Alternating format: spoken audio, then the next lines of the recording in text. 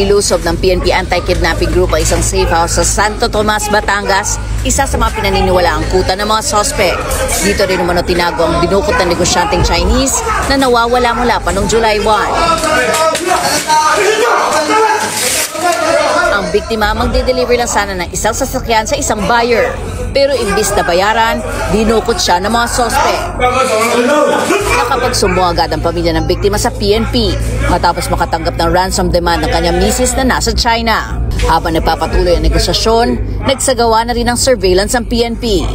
Nang maaresto ang dalawang bantay sa Batangas, sinundan ito ng mga follow-up operations sa Cavite at Makati. Umabot ito ng halos 12 araw bago nating naisagawa itong ating ikinandak na successful rescue operations. And follow-up operations na isinagawa natin ay nagkaroon tayo ng mga arrest. Sa kabuuan tayo ay nagkaroon ng 12 arestado.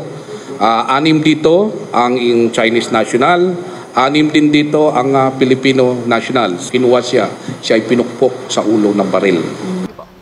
Naniniwala ang PNP AKG na kabilang ang grupo sa mas malawak na sindikatong sangkot sa serye ng kidnapping sa bansa. Nakumpiska ng mga pulis sa mga peking police at security uniforms. Bagong patay na uniforme ng security guard, pati na rin na police.